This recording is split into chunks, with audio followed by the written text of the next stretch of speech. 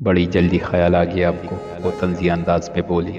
دیر آئے درست آئے، وہ مسکرا کر بولا۔ مجھے یہاں نہیں سونا، وہ فیصلہ کن لہجے میں بولی اور دروازے کی طرف بڑھی۔ میری اجازت کے بغیر تم یہاں سے نہیں جا سکتی، وہ اسے بازو سے پکڑتے ہوئے بولا۔ زینب کو آج اس کے لہجے اور چونے میں کہیں سے بھی سختی نہیں لگی۔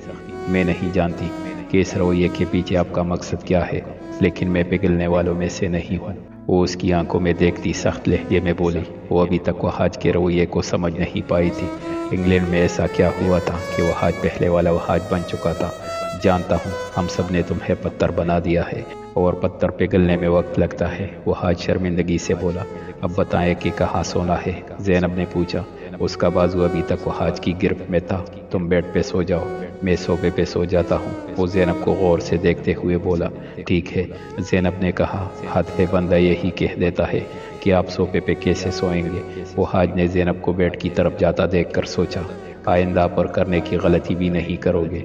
زینب نے سوچا، آج عرصے بعد اسے بستر میسر آیا تھا، وہ تو لیٹتے ساتھ سو گئی، پر وہ حاج بیچارہ ساری رات کروٹیں بدلتا رہا اور کچھ دور لیٹی زینب کو دیکھتا رہا۔ میں آج امی کی طرف رہوں گی، ناشتے کی میز پر عارفہ نے کہا۔ وہ کم ہی امی کی طرف رہتی تھی۔ ٹھیک ہے، زوار نے جواب دیا۔ اسے بھلا کیا اعتراض ہو سکتا تھا؟ تم وہ حاج سے ملنے بھی نہیں گئے؟ عارفہ نے کہا۔ ابھی مصروف ہوں، کسی دن جاؤں گا، اس نے بات ٹالی۔ وہ وہاں نہیں جانا چاہتا تھا۔ اب اپنی بہن کو دفع بھی کرو، مجھے بالکل اچھا نہیں لگتا کہ اس کی وجہ سے تم میرے میکے نہیں جاتے۔ عارفہ خفگی سے بولی۔ کتنی دفعہ کہا ہے کہ اس کا ذکر میرے سامنے مت کرو، زوار غصے سے بولا۔ بس مجھ پہ ہی غصہ کرنا، اور یہ سب کتنا عرصہ چلے گا؟ زینب کو بھلے معاف نہ کرو اور امی کے گھر جایا کرو، عارفہ نے کہا۔ میرے جانے نہ جانے سے کوئی فرق نہیں پڑتا، تمہیں جب روکا تب اعتراض کرنا۔ زوار نے بحث سمیٹنا چاہی۔ خیر تم مجھے کسی کام سے نہیں روک سکتے، عارفہ نے کہا۔ جانتا ہوں، زوار نے جواب دیا اور خاموشی سے ناشتہ کرنے لگا۔ زینب کے لیے اس کے رویے میں کوئی لچک نہیں آئی تھی، وہ زینب کو معاف کرنے کو تیار نہیں تھا، اور ظاہرہ اگر اس کے سامنے آتی تو شاید وہ اس کو قتل ہی کر دیتا۔ وہ حاج ناشتہ کر کے زوار کی طرف آ گیا تھا۔ زینب کو اس نے زبردستی اپنے ساتھ بٹھا کر ناشتہ کروایا تھا۔ نسرین بیگم حیرت انگیز طور پہ کچھ نہیں بولی تھی۔ کیسے ہو؟ زوار وہ حاج کے گلے لگتے ہوئے بولا۔ آ گیا میرا خیال، اتنی بھی توفیق نہیں ہوئی کہ آ کر مل ہی لو، وہ حاج نے شکوہ کیا۔ یار تمہیں تو پتا ہے میں کیوں نہیں آتا، زوار صوفے پہ بیٹھتے ہوئے بولا۔ عارفہ ماں کی طرف گئی تھی۔ ایک اہم بات تمہیں بتانی ہے، وہ حاج نے کہا۔ ظاہرہ کی بات تو نہیں کرنے آئے؟ زوار نے پوچھا۔ مجھے اس کا ذکر پسند نہیں ہے، میں یہاں پہ زینب کی بات کرنے آیا ہوں، وہ حاج نے ظاہرہ کے ذکر پہ ناگواری دکھائی۔ اور مجھے دونوں کے بارے میں کچھ نہیں سننا، زوار نے بیزاری سے کہا۔ تم میری بات غور سے سنو، اگر ہم سب زینب کی بات پہ سنجیدگی سے سوچے تو ہمیں اس کی سچائی پہ یقین آ جائے گا۔ یار وہ بیچاری واقعی ہی بے قصور ہے، ظاہرہ نے اسے پسایا ہے، اور واقعی ہی ظاہرہ نے اس کو چائے میں نیند کی گولیاں دی تھی۔ وہ حاج اصل بات کی طرف آیا۔ مجھے حیرت ہو رہی ہے کہ تم زینب کی بات پہ اعتبار کر رہے ہو، زوار نے کہا۔ اسے وہ حاج کی بات سن کر واقعی ہی جھٹکا لگا تھا، اور مجھے حیرت ہے کہ ہم سب نے ظاہرہ کی بات پہ یقین کر لیا جو خود مشکوک ہے، وہ حاج نے جواب دیا۔ مجھے ایک بات بتاؤ، بالفرض زینب کو یہ نہیں پتہ چلا کہ ظاہرہ کسی اور میں انوالو ہے، لیکن ظاہرہ نے صرف زینب کی چائے میں نیند کی گولی کیوں ملائی؟ اسے ہم سب کی چائے میں ملانی چاہیے تھی، زوار سنجیدہ لہجے میں بولا۔ تم جانتے ہو تمہاری اور ماموں کی نیند کتنی پکی ہے، کوئی پاس کھڑے ہو کر آواز بھی دے تو آپ لوگ نہیں اٹھتے، اور اسی چیز کا ظاہرہ نے فائدہ اٹھایا، وہ حاج نے کہا۔ مجھے یقین نہیں ہے، یہ کوئی ریزن نہیں ہے، اس وقت کوئی بھی اٹھ سکتا تھا، ظاہرہ نے زینب کی مدد سے ہی سب کچھ کیا، زوار نبی میں سر ہلاتے ہوئے بولا۔ یار غور تو کرو ایک بار، وہ حاج نے سمجھانا چاہا۔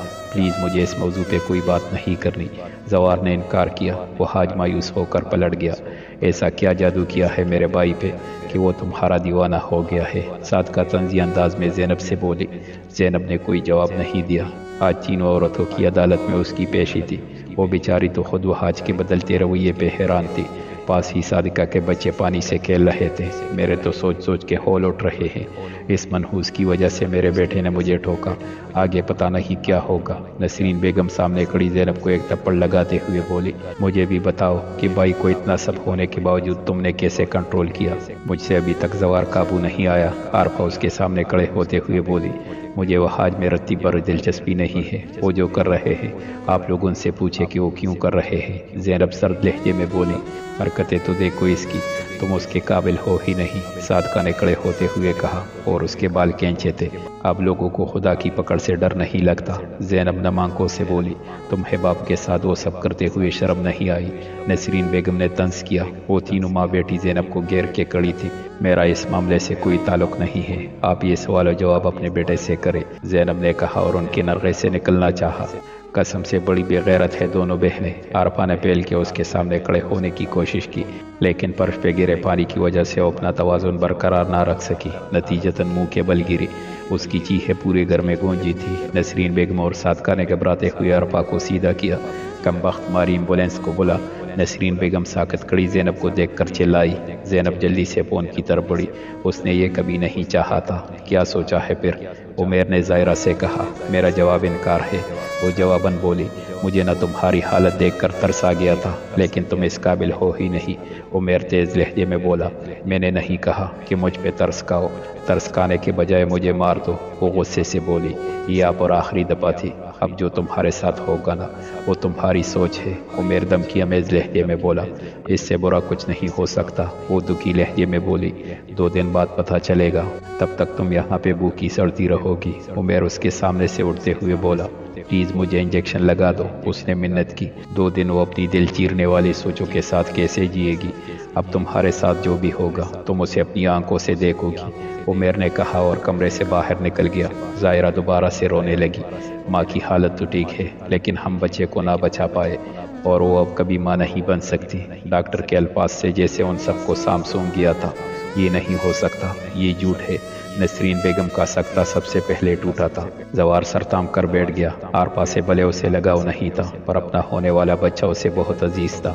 بڑی مشکل سے اس نے خود کو کنٹرول کیا، لیکن آنسو پھر بھی نکل آئے۔ امی پلیز خود کو سنبھالے، وہ حاج نے کہا تھا۔ زینب کے علاوہ وہ سب موجود تھے۔ ہائے میری معصوم بہن، اس نے تو کبھی کسی کے ساتھ برا نہیں کیا تھا۔ صادقہ کے بین شروع ہو چکے تھے۔ یہ ہسپتال ہے، پلیز کچھ خیال کر لے، ایک نرس ان کے پاس آتے ہوئے بولی۔ مجھے اپنی بیٹی سے ملنا ہے، نسرین بیگم نے کہا تھا۔ تھوڑی دیر بعد نرس نے ملنے کی اجازت دے دی تھی، لیکن صرف ایک بندہ ہی مل سکتا تھا۔ امی پلیز زوار کو جانے دے، کیونکہ یہ ان دونوں کا دکھ ہے، وہ حاج نے کہا۔ نسرین بیگم نے دل پہ پتھر رکھ کر اسے اجازت دے دی۔ زوار میرا بچہ۔ عارفہ زوار کو دیکھ کر رونے لگی۔ تم نے آج تک کچھ اچھا نہیں کیا، میرے بچے کی حفاظت بھی نہیں کر پائی، زوار دکھی لہجے میں بولا۔ اس کے خیال میں عارفہ اس سب کی قصوروار ہے، ایسا کچھ نہیں ہے۔ عارفہ نے نبی میں سر ہلایا۔ تمہیں نہ صرف اپنی پرواہ ہے، تم نے میری زندگی برباد کر دی، وہ تیز لہجے میں بولا تھا۔ اب برداشت کی حد ختم ہو چکی تھی۔ میں نے کچھ نہیں کیا، پلیز میرا یقین کریں۔ عارفہ رونا شروع ہو گئی۔ اب جو ہونا تھا وہ ہو گیا، لیکن میں اب تم سے مایوس ہو چکا ہوں، زوار نے کہا اور باہر نکل گیا۔ یہ تو مجھے ہی قصوروار سمجھ رہا ہے، یہ نہ ہو مجھے چھوڑ دے۔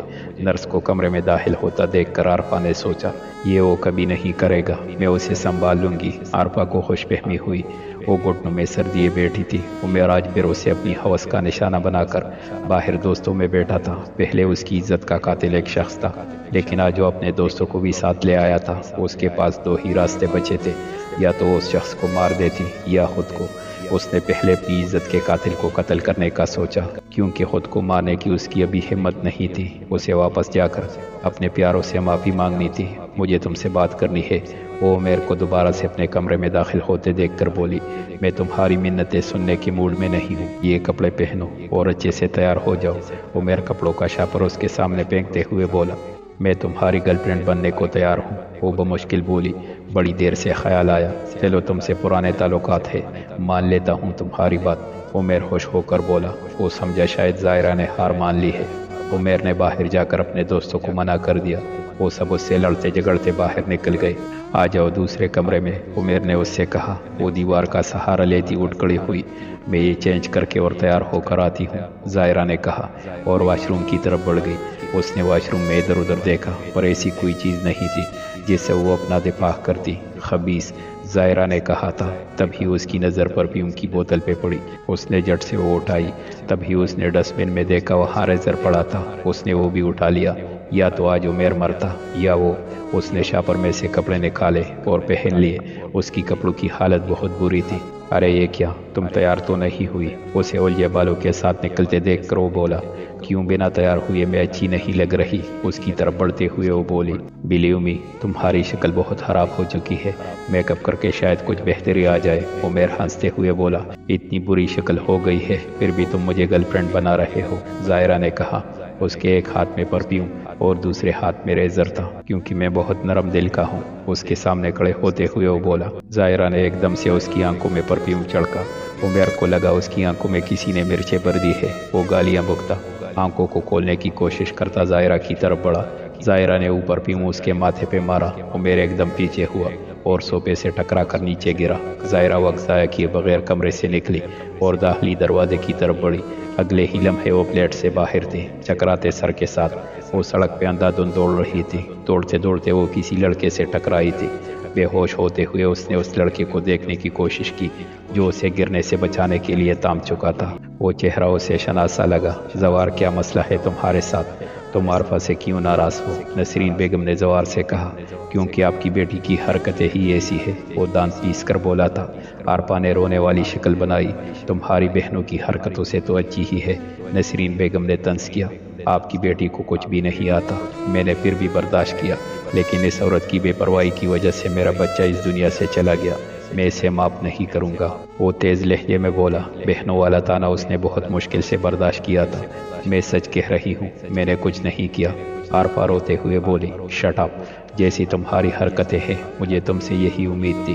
زوار غصے سے بولا، میرا خیال ہے اسے اصل بات بتا ہی دیتے ہیں۔ نسرین بیگم کچھ سوچتے ہوئے بولی۔ عارفہ اور زوار نے الجھ کے نسرین بیگم کو دیکھا۔ عارفہ اور زینب کی بحث ہو گئی تھی تو زینب نے غصے میں عارفہ کو دھکا دے دیا، اس لیے یہ سب ہوا، نسرین بیگم نے کہا۔ زوار نے بے یقینی سے پھپھو کو دیکھا۔ اسے یقین نہیں آ رہا تھا کہ زینب یہ سب بھی کر سکتی ہے۔ میں نے سوچا کہ اگر آپ کو یہ پتہ چلا تو آپ زینب سے مزید نفرت کرنا شروع کر دیں گے۔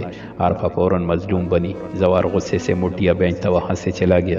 ویسے آپ نے یہ جھوٹ کیوں بولا؟ عارفہ نے ماں سے پوچھا۔ میں یہ جھوٹ نہ بولتی تو تیری خیر نہیں تھی، اور اچھا ہے زوار زینب کی بے عزتی کرے، بڑی ہواؤں میں اڑ رہی ہے۔ تو دیکھنا یہ سب سن کر وہ حاج دوبارہ سے زینب سے متنفر ہو جائے گا۔ نسرین بیگم پر یقین لہجے میں بولی، میں تمہارے لیے کپڑے لایا تھا۔ وہ حاج نے اپنے کمرے میں کھڑی زینب سے کہا۔ وہ اتنے دنوں سے سوچ رہا تھا کہ زینب کے لیے کپڑے لائے گا، اسے آج وقت ملا تھا۔ مجھے نہیں چاہیے، وہ اپنے محسوس سنجیدہ لہجے میں بولی۔ وہ حاج کے کمرے کی صفائی کر رہی تھی۔ میں جانتا ہوں کہ تمہارے پاس موسم کی مناسبت سے کپڑے نہیں ہیں، ضد نہ کرو، لے لو، وہ حاج نے نرمی سے کہا۔ آپ کو میرے لیے فکر مند ہونے کی ضرورت نہیں ہے، وہ سخت لہجے میں کہتی آگے بڑھی۔ وہ حاج نے اسے بازو سے پکڑ کے دیوار سے لگایا اور دونوں ہاتھ دیوار پہ رکھ کر اس کا راستہ روکا۔ تمہارا دل میرے معاملے میں کب نرم ہوگا؟ اس کی آنکھوں میں جھانک کر وہ بولا۔ کبھی بھی نہیں، وہ نپی میں سر ہلاتے ہوئے بولی۔ میرا اچھا رویہ تمہیں اچھا نہیں لگ رہا؟ وہ حاج نے پوچھا تھا۔ نہیں، کیونکہ میں آپ کے وہ سچے رویے کے پیچھے چھپے مقصد کو جانتی ہوں۔ اس کی آنکھوں میں براہ راست دیکھتے ہوئے وہ بولی تھی۔ اوہ، تو کیا مقصد ہے میرا؟ وہ دلچسپی سے اسے نگاہوں کے حصار میں لیتے ہوئے بولا۔ آپ کو یہ لگتا ہے کہ آپ کے اس سچے رویے سے متاثر ہو کر میں اس غلطی کی معافی مانگ لوں گی جو میں نے کی ہی نہیں ہے، تو یہ آپ کی غلط فہمی ہے، وہ استہزائی انداز میں بولی۔ آپ کتنی ذہین ہے مسز وہاج، کہا لگاتے ہوئے وہ بولا تھا۔ زینب نے جواباً اسے گورا تھا۔ تبھی اس کا موبائل بجا۔ اس نے دیکھا تو باس کی کال تھی۔